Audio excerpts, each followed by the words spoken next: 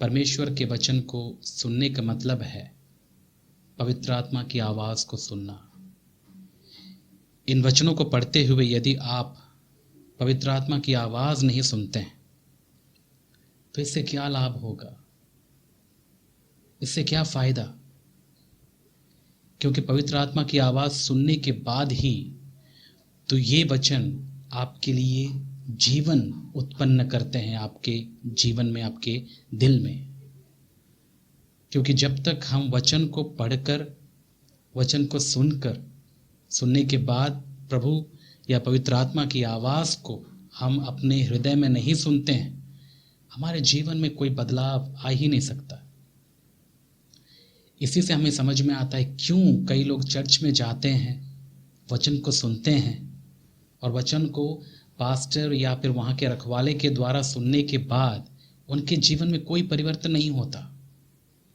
उसका कारण क्या है? वे लोग वचन को सुनते हैं पास्टर के मुख से, लेकिन वे कभी व्यक्तिगत तौर पर पवित्र आत्मा की आवाज़ को वे लोग नहीं सुन पाते हैं और इसीलिए उनके जीवन में कोई परिवर्तन नहीं होता। याद रखिएगा, ऐसे ही थे सदुकी और फरीसी जो यीशु मसीह के समय में थे। वे लोग क्या करते थे? क्या वे यीशु मसीह की नहीं सुनते थे? यीशु मसीह की वे लोग सुनते थे, क्योंकि यीशु मसीह ने उनसे भी बात किया। लेकिन दुख की बात है, उनका जीवन परिवर्तित नहीं हुआ। उनका जीवन जैसा था वैसा ही रह गया। उनके जीवन में कुछ भी बदलाव नहीं आया। क्यों? क्योंकि वे लोग वचन को सुने अपने कानों से, लेकिन उनके हृदय पवित्र आत्मा की आवाज़ के लिए बंद थे। और क्यों बंद थे?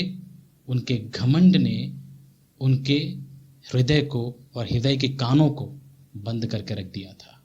इसलिए वे लोग परमेश्वर की आवाज़, यानी पवित्र आत्मा की आवाज़ जो यीशु मसीह के द्वारा उन तक पहुंच रही थी, वे ग्रहण नहीं कर पाए। उनको आवाज़ ही नहीं आई, उनको समझ में नहीं आया, इसलिए उनके जीवन में कोई बदलाव नहीं हुआ। और ये गलती यदि आप और मैं करते हैं मेरे प्यारे भाई और बहन, इस समय में भी हमारे साथ भी वैसा ही हो जाएगा। हमको लगेगा हम मसीही हैं, वचन सुन रहे हैं, लेकिन जब तक आप अपने घमंड को त्याग कर, अपने स्वार्थ को त्याग कर पवित्र आत्मा की आवाज़ को अपने दिल में जगह नहीं देंगे, उसकी आवाज़ को यदि आप सुनेंगे नहीं, उसकी आप मानेंगे नहीं, मुझे नहीं लगता आपके जीवन में कोई बदलाव हो सकता है। इसलिए ऐसी परिस्थिति आपके साथ ना आए, इसलिए मैं आपको बार बार ये बात को चिता रहा हूँ कि आप जब वचन को सुनते हैं, प्रार्थना करते रहिए कि प्रभु मेरे हृदय में आप बात करिए, मुझे आपकी आवाज़ को सुनना है। क्योंकि जब आप पवित्र आत्मा की आवाज़ को सुनेंगे तभी आप जीवन का अनुभव करेंगे, नहीं तो आपकी परिस्थिति भी उन सदुकी और फरीसियों के समान हो जाएगी। सुनते तो रहेंगे लेकिन बहरी अवस्था में, मतलब उनके शारीरिक कान तो होंगे सुनने के लिए, लेकिन आत्मिक कान, क्योंकि वे बहरे हैं, वे परमेश्वर की आवाज़ को नहीं सुन पाएंगे और आवाज़ को नहीं सुनने पाने की वजह से वे मृतक अवस्था में ही रहेंगे। उनके जीवन में कोई भी बदलाव नहीं होगा, वे परमेश्वर के जीवन को अनुभव नहीं कर पाएंगे।